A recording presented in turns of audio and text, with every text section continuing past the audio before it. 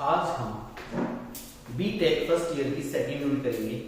उसका एक टॉपिक है, सबसे इम्पोर्टेंट टॉपिक है। पहला टॉपिक है कि वेक्टर क्या होते हैं, वेक्टर की एडिशन कैसे होती है, वेक्टर स्केलर मल्टीप्लिकेशन कैसे होती है, और वेक्टर लीनियरली डिपेंडेंट होते हैं, इंडिपेंडेंट होते हैं।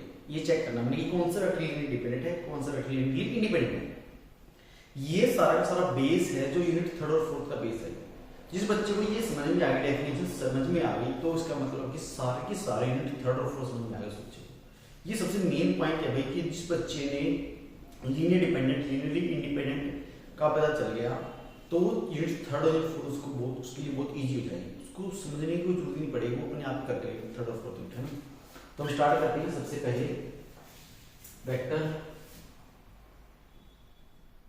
वेक्टर्स वेक्टर के अंदर हम क्या करेंगे, हमारा जो टॉपिक है यूनिट सेकंड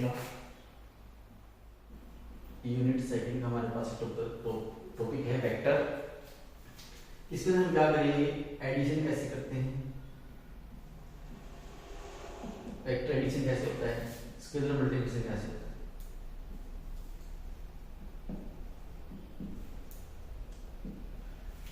मल्टीप्लिकेशन कैसे होता है, और साथ में हम क्या करेंगे कि जो वेक्टर हैं लीनियर डिपेंडेंट है या लीनियर इंडिपेंडेंट है। ये तीन चार टॉपिक हम करेंगे आज, है ना। सबसे पहले एडिशन, फिर स्केलर मल्टीप्लिकेशन ऑफ वेक्टर्स, फिर लीनियर डिपेंडेंट और लीनियर इंडिपेंडेंट वेक्टर, है ना। ये करेंगे। जिस बच्चे को ये टॉपिक समझ में आ गया ना, उसके लिए यूनिट थर्ड और यूनिट फोर्थ कुछ भी नहीं है भाई, ये बहुत इजी हो जाएगा उसके लिए। जिस बच्चे को ये जो समझ में आ गई ना, उसके लिए यूनिट थर्ड और यूनिट फोर्थ तो बहुत इजी बन जाएगी, है ना। तो थोड़ा सा मैं काम करते हैं, ये इंक डाल लेता हूँ, काम नहीं कर रहा हूँ, 2 मिनट चलो।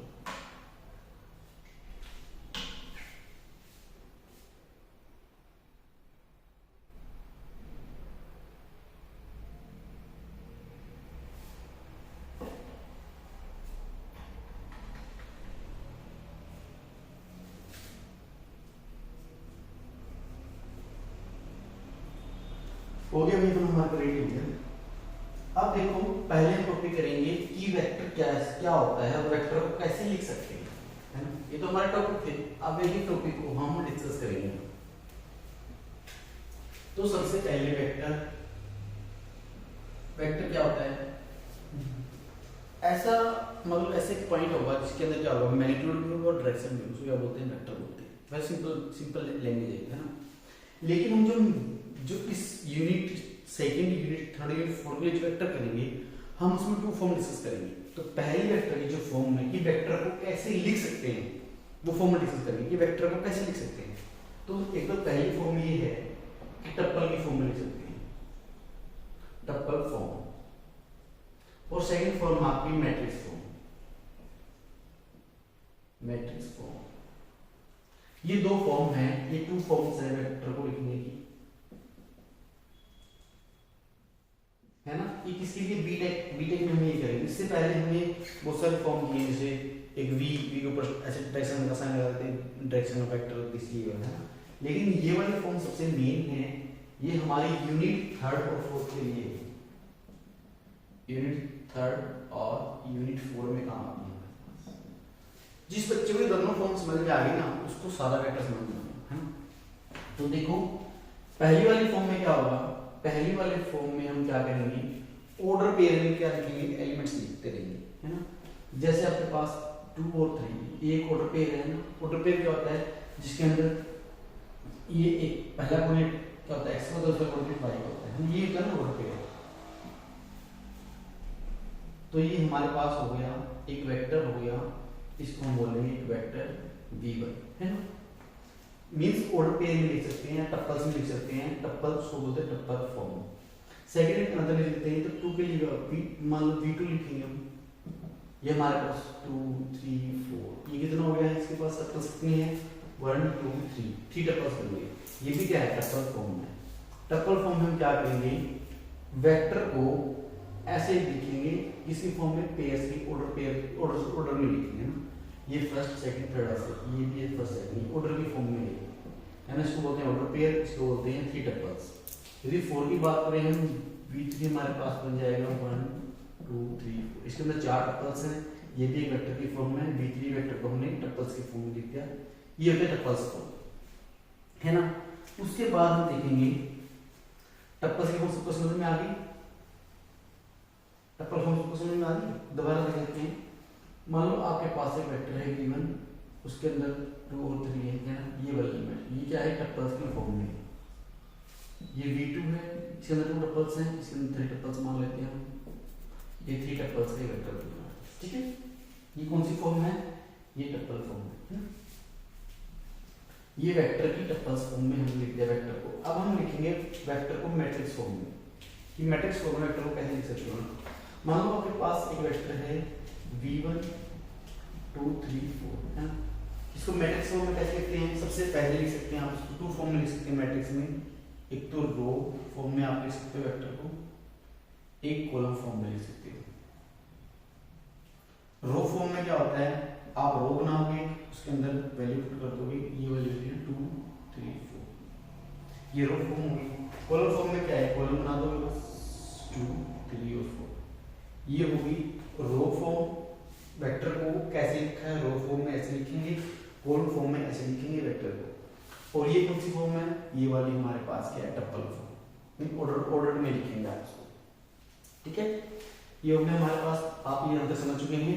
सबसे पहले टपल्स में ऐसे लिखा जाएगा, टपल में 1 2 3 4 ऐसे, रो के फॉर्म में रो बन जाएगी हमारे पास, कॉलम फॉर्म में कॉलम बनेगी। ये मैट्रिक्स, ये किसके वेक्टर की नोटेशन है, 2 फॉर्म्स में नोटेशन करेंगे इस यूनिट में, टपल फॉर्म और मैट्रिक्स फॉर्म, है ना। यहां तक अलग से, उसके बाद हम करेंगे, हमारा मेन टॉपिक करेंगे addition of vector, addition of vectors, कि वेक्टर को ऐड कैसे करते हैं, है ना। हम ये देखेंगे कि मान लो आपके पास एक टपल है, V1 वेक्टर है, टपल की फॉर्म में है 2 और 3, और एक आपके पास V2 है, दूसरा वेक्टर है, ये हमारे पास टपल की फॉर्म में मान लो 1 और 0, ये वैल्यू है हमारे पास V1 की, ये V2, तो ऐड कैसे करते हैं, तो ऐड कैसे करेंगे, V1 प्लस V2, तो V1 की वैल्यू क्या है 2 3 प्लस V2 की वैल्यू क्या है 1 0। तो पहले वाला इसमें ऐड कैसे होता है, बस ये आपको ध्यान में रखना है कि पहले वाले के साथ ऐड होगा, सेकंड वाला के साथ ऐड होगा। पहले वाला ऐड होने तो क्या बन जाएगा 2 प्लस 1, सेकंड वाला 3 प्लस 0, तो हमारे पास क्या होगा 3 3। ये हो गया एडिशन ऑफ वेक्टर्स, मतलब 2 वेक्टर हैं, 2 वेक्टर ऐड कैसे करेगा, पहले वाला पहले के साथ, सेकंड वाला सेकंड के साथ, ये एडिशन ऑफ वेक्टर हो गया, है ना। चलो यहां तक।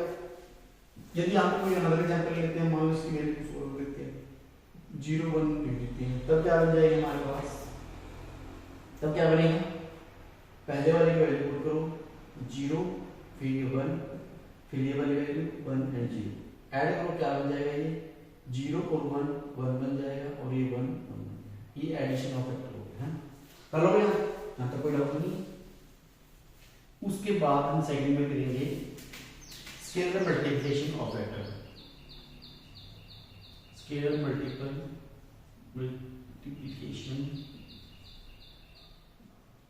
Of vectors. स्केलर मल्टीप्लिकेशन कैसे करेंगे, मान लो आपके पास स्केलर क्या है, कोई एक नंबर से स्केलर की फॉर्म है, स्केलर मींस कांस्टेंट्स, मान लो k1 हमारे पास कोई n स्केलर है, और वेक्टर आपके पास गिवन है, मान लो v1 आपके पास कोई वेक्टर गिवन है ना। तो स्केलर मल्टीप्लिकेशन कैसे क्या करोगे, स्केलर मल्टीप्लिकेशन में क्या होगा, इसकी इसके साथ मल्टीप्लिकेशन को बोलते हैं स्केलर मल्टीप्लिकेशन। तो क्या बन जाएगा k और v1 की वैल्यू बन जाएगी 1 0, तो जो k है इसकी मल्टीप्लाई क्या होगी, अंदर दोनों वाले साथ अंदर मल्टीप्लाई हो जाएगी, तो ये बन जाएगा k और सेकंड वाला 0 से मल्टीप्लाई करेंगे 0, ये बन गया स्केलर मल्टीप्लिकेशन, है ना। हो गया यहाँ तक। k v1 की वैल्यू, k1 कोई भी स्केलर है, यानी स्केलर कोई भी स्केलर हो जाए 2 3 4 5 6 7 कुछ हो सकता है नंबर, फिर वो मल्टीप्लाई करते हैं, इसकी मल्टीप्लाई पूरे दोनों एलिमेंट से मल्टीप्लाई होगी इसके साथ, बस हमें ये रन करना है कि स्केलर की मल्टीप्लाई उस वेक्टर के जितने भी पॉइंट्स हैं सबके साथ हो जाएगी मल्टीप्लाई, है ना। तो ये बन जाएगा स्केलर मल्टीप्लिकेशन।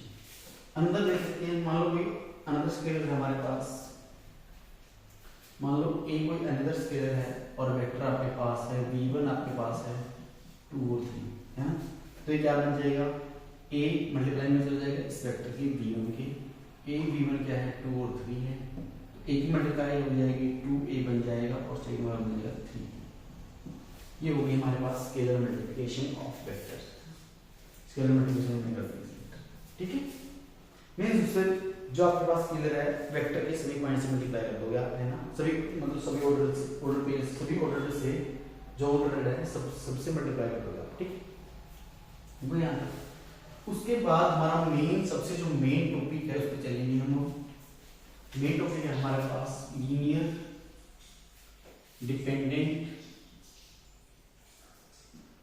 और linear and linear independent vector.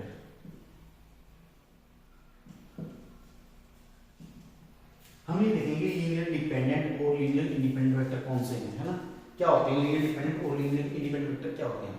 हम इसको बिल्कुल सिंपल फॉर्म में आपको समझा देंगे कि ये लीनियर होते हैं, ये लीनियर डिपेंडेंट होते हैं, लीनियर इंडिपेंडेंट होते हैं। कैसे, मान लो आपके पास एक वेक्टर है v1, उसकी वैल्यू आपको गिवन है 2 3, दूसरा वेक्टर है v2, उसकी वैल्यू है 4 और 6, है ना। मान लो आपके पास ये 2 वेक्टर्स है, आपने चेक करना है कि ये वेक्टर और ये वेक्टर लीनियरली डिपेंडेंट हैं या लीनियरली इंडिपेंडेंट हैं, तो चेक करना है। क्या चेक करोगे, सबसे पहले क्या करोगे, लीनियर, इनके लिए आप दोनों के लिए हम क्या करेंगे स्केलर चूज करेंगे, है ना। दोनों के लिए लीनियर डिपेंडेंट और लीनियर इंडिपेंडेंट वेक्टर दिखाने के लिए हमें स्केलर्स को चूज करना पड़ेगा, वो अपनी मर्जी से चूज करेंगे हम, जैसे k1 k2 k3 a1 a2 a3 कोई भी आप यूज कर सकते हो, है ना। तो यहाँ पे दो वेक्टर हैं v1 और v2, क्या कितने स्केलर्स आएंगे हमारे पास 2 स्केलर्स आएंगे। तो पहला स्केलर में मानेगा let a and b are 2 scalars, है ना, स्केलर्स मान लिए हमने। अब क्या करना है, हमें इनकी मल्टीप्लाई कर लेनी है, स्केलर की मल्टीप्लाई कर लेनी वेक्टर के साथ, तब क्या बन जाएगा a पहले वाला वेक्टर v1 प्लस ये वाला b v2 इक्वल्स टू 0। इसको हम क्या बोलते हैं, लीनियर कॉम्बिनेशन बोलते हैं। लीनियर कॉम्बिनेशन क्या होता है कि जब आप स्केलर है ना, स्केलर की और वेक्टर की मल्टीप्लाई कर देते हो, दोनों का सारा का ऐड कर देते हो इक्वल्स टू 0 देते हो, ये लीनियर कॉम्बिनेशन बनता है ना। लीनियर कॉम्बिनेशन मैंने आपको लिख दिया। उसके बाद हमें क्या करना है, सारे वैल्यू पुट कर देनी है, ये p है, सारे वैल्यू पुट कर देनी है और यहां से हमें क्या करना है a और b की वैल्यू कैलकुलेट करनी है कि a और b की वैल्यू क्या आएगी, है। तो सारे वैल्यू पुट करेंगे यहां a as it is, v1 क्या है 2 और 3 है, और b हमारे पास ये v2 क्या है 4 और 6 इक्वल्स टू 0। इक्वल्स टू 0 हर बार आपने हर केस में लिखना है ना। तो मल्टीप्लाई करेंगे 2a, स्केलर मल्टीप्लाई जो पहले से कहा था 3a, है ना, फिर 4b 6b, स्केलर मल्टीप्लाई कर दी। फिर आपने ऐड कर दिया, पहले वाला के साथ ऐड 2a प्लस 4b, फिर 3a plus 6b equals to 0। यहां तक हो गया। उसके बाद आपने क्या करना है, a और b की वैल्यू निकालनी, यहां से a और b की वैल्यू क्या है। तो पहला हमारे पास 2a plus 4b equals to 0 हो गया। दूसरा हो गया हमारे पास 3a plus 6b equals to 0। अब यहाँ से a और b की वैल्यू कैसे कैलकुलेट करेंगे, या तो इससे मल्टीप्लाई कर दो या इससे मल्टीप्लाई कर दो, है ना। तो कैसे मल्टीप्लाई करेंगे, तो यहाँ मल्टीप्लाई कर दिया 3 से, यहाँ मल्टीप्लाई कर दिया 2 से, तो इक्वेशन को सोल्व करना है, ये वाली इक्वेशन और ये वाली इक्वेशन को सोल्व करना है। तो सोल्व करोगे तो क्या बन जाएगा 6a बन जाएगा प्लस 12b इक्वल्स टू 0। 2 से मल्टीप्लाई करने के बाद ये क्या बन जाएगा, 2 से मल्टीप्लाई करने के बाद 6a plus 12b equals to 0, दोनों सेम बन गए हैं। तो यहाँ से निकालेंगे तो ये तो आंसर 0 आ गया, है ना, 0 इक्वल्स टू 0। मीन्स हमारे पास ये वाले टर्म आ गया, आप ऐसा भी लिख सकते हो 2a plus 4b equals to 0, है ना। ये कब पॉसिबल है, मीन्स इस वाले का सम 0 कब पॉसिबल है, जब आप पहला केस तो ये हो सकता है कि a को 0 पुट कर दे और b को 0 पुट कर दे, पहला केस तो ये हो गया। सेकंड केस ये भी हो सकता है कि a की वैल्यू आपने -2 पुट कर दी, b की वैल्यू 1 पुट कर दी, तो कितना बन जाएगा -4 प्लस 4 ये वाला पॉइंट भी इसको सेटिस्फाई कर रहा है ना। तो ये क्या बन गया, ये वाला पॉइंट भी सेटिस्फाई करेगा तो ये क्या नॉन जीरो हो गए, मींस ए और बी क्या हो गए, ए और बी क्या हो गए नॉन जीरो। ये केस बन गया तो और एक को ए और बी इक्वल टू जीरो बन गया ना। मींस हम जीरो, ये तो सभी के लिए जीरो नहीं है, सभी के लिए जीरो नहीं है। यहाँ पे एक ऐसा पॉइंट हमें मिलेगा जो नॉन जीरो है ना, एक जीरो के आगे बाकी नॉन जीरो के आगे है ना। तो यदि आपके पास लीनियर डिपेंडेंट की बात करते हैं, यदि सारे के सारे स्केलर्स, यदि स्केलर्स आपके पास क्या बन जाए, कोई भी स्केलर्स नॉन जीरो बन जाए तो क्या बन जाएगा, लीनियरली डिपेंडेंट वेक्टर बन जाएगा। मींस यदि आप कैलकुलेट करोगे ए और बी की वैल्यू, यहाँ जिस केस में जैसे नॉन जीरो बन गया ना, क्योंकि इस वैल्यू माइनस टू इस वैल्यू बना तो जीरो तो नहीं बना, है नॉन जीरो बन गया। नॉन जीरो करने के बाद क्या मतलब है कि ये क्या बन जाएंगे, लीनियरली डिपेंडेंट वेक्टर बन जाएंगे। सेकंड, यदि लीनियरली इंडिपेंडेंट आपको बनाना है तो क्या करेगा, हर केस में क्या बनेगा, ये वाला केस नहीं आएगा इसमें, सिर्फ जीरो जीरो वाला केस है। मींस सारे के सारे जो स्केलर्स होंगे या ए और बी जो स्केलर्स है वो जीरो बन जाएंगे, हर केस में जीरो बन जाएंगे। ए और बी आपके पास जीरो बनेंगे, कोई भी स्केलर जितने मर्जी स्केलर आप यूज कर लो, यदि वो सारे के सारे स्केलर जीरो बन जाते हैं उसको क्या बोलते हैं, लीनियरली इंडिपेंडेंट वेक्टर। यदि कोई स्केलर नॉन जीरो बन रहा है तो वो लीनियरली डिपेंडेंट केस में चला जाएगा, यदि सारे के सारे स्केलर्स जीरो बन रहे हैं तो वो लीनियरली इंडिपेंडेंट केस में चला जाएगा है। ये होता है लीनियर डिपेंडेंट और इंडिपेंडेंट। समझ में आ गया, दोबारा देख लेते हैं एक बार।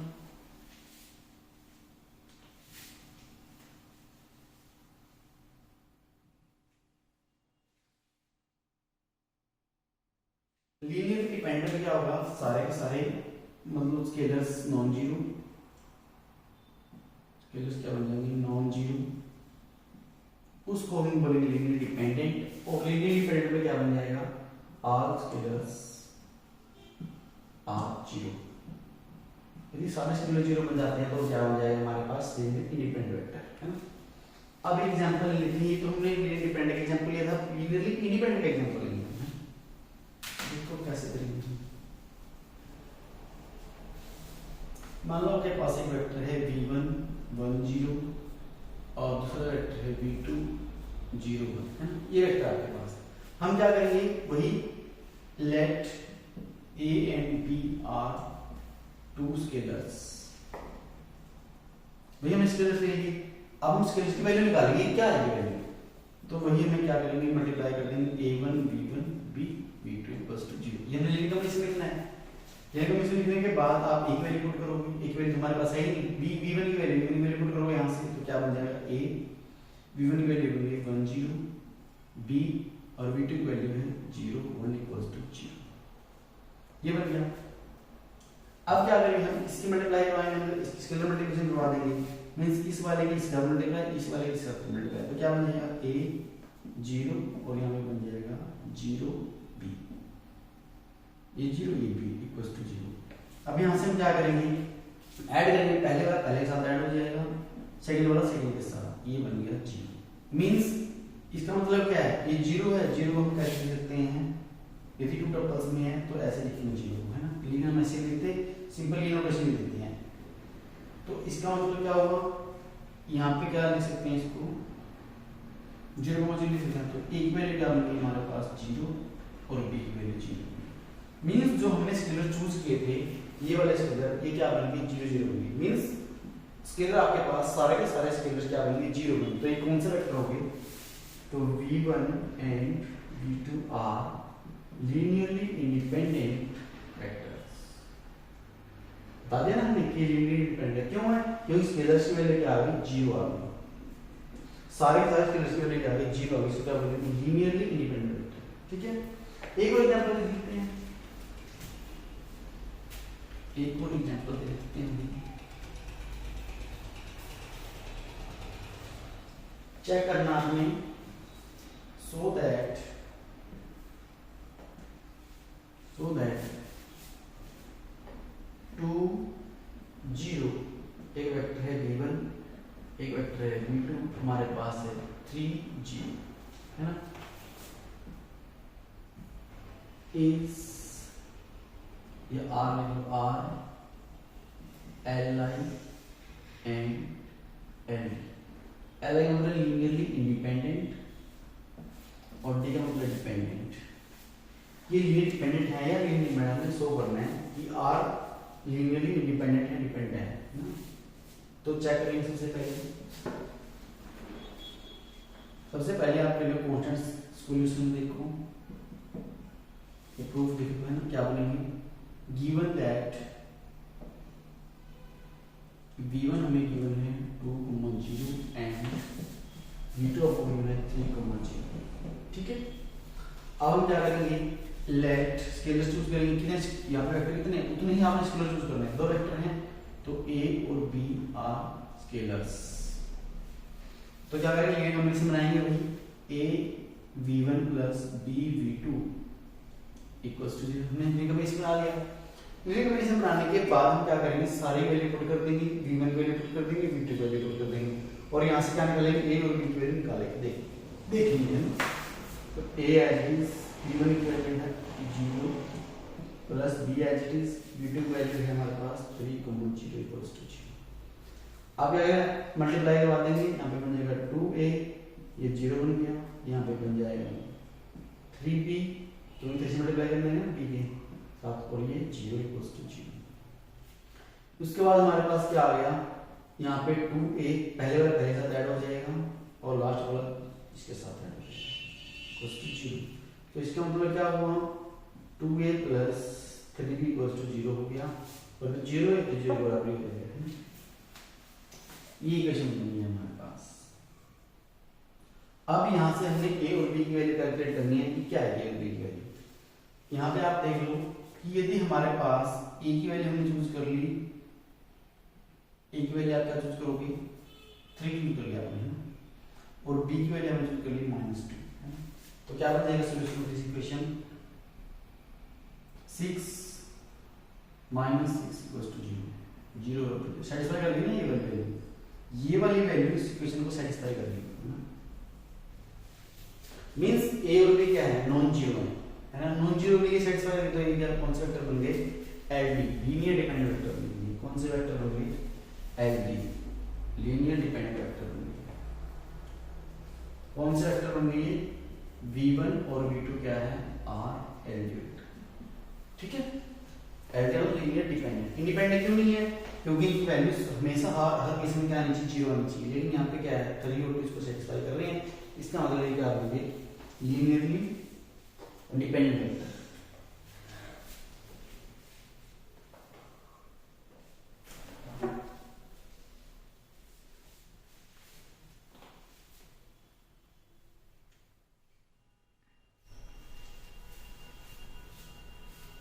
उसके बाद हम एक एग्जांपल और करेंगे। मान लो आपके पास so that v1 equals to 2,0 and v2 equals to 0,3 are linearly independent vector।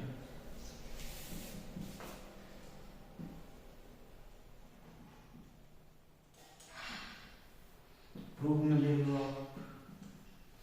सबसे पहले हम गिवन है हमारे पास, v1 आपको गिवन है 2,0 और v2 आपको गिवन है 0,3। ठीक है, फिर क्या करना है हमारे पास, scalars let a and b are scalars.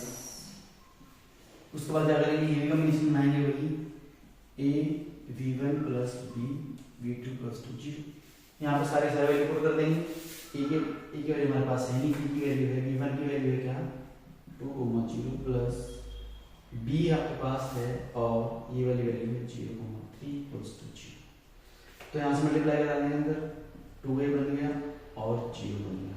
फिर b का 0 से मल्टीप्लाई कराएंगे तो क्या बन जाएगा, 0 बन जाएगा और ये 3b इक्वल्स टू 0। तो दोनों को ऐड करेंगे, पहले वाला पहले वाले के साथ ऐड, 2a और साइड के बाद 3b इक्वल्स टू 0। तो मींस क्या हो गया, a की वैल्यू क्या आ गई 0 आ गई और b की वैल्यू क्या आ गई 0। क्यों, क्योंकि ये वाला 0 इक्वल आ गया, ये वाला 0 इक्वल आ गया, a b की वैल्यू 0 आ गई। मींस एक जो स्केलर्स आपने चूज किए थे उन दोनों स्केलर्स की वैल्यू क्या आ गई आपके पास 0 0 आ गई। इसका मतलब ये कौन से वेक्टर बन गए, लीनियरली इंडिपेंडेंट वेक्टर बन गए। क्यों, क्योंकि जो स्केलर्स आपने चूज किए थे उनकी वैल्यू क्या आ गई 0 आ गई। सारे के सारे स्केलर्स की वैल्यू क्या आ गई 0 आ गई। इसलिए वो क्या होंगे, लीनियरली इंडिपेंडेंट वेक्टर होंगे। दो तीन तरह क्वेश्चन और भी करवाएंगे, और भी करवाने हैं। चलो एक क्वेश्चन और दे देते हैं।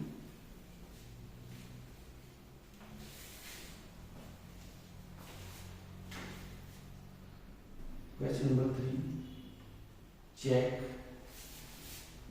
v1 equals to 1 2 and v2 equals to 3 4 are Li और Ld। Li है या Ld, उन्हें चेक करना है। Li और Ld मीन्स आपने चेक करना है कि ये वाला वेक्टर v1 और v2 क्या है, तो Li है या Ld है, चेक करना आपने। एंड आएगा यहाँ पे और आएगा, चेक करना है। चलो आप यहाँ से ऐसे लिख लेते हैं, बंद कर देते हैं।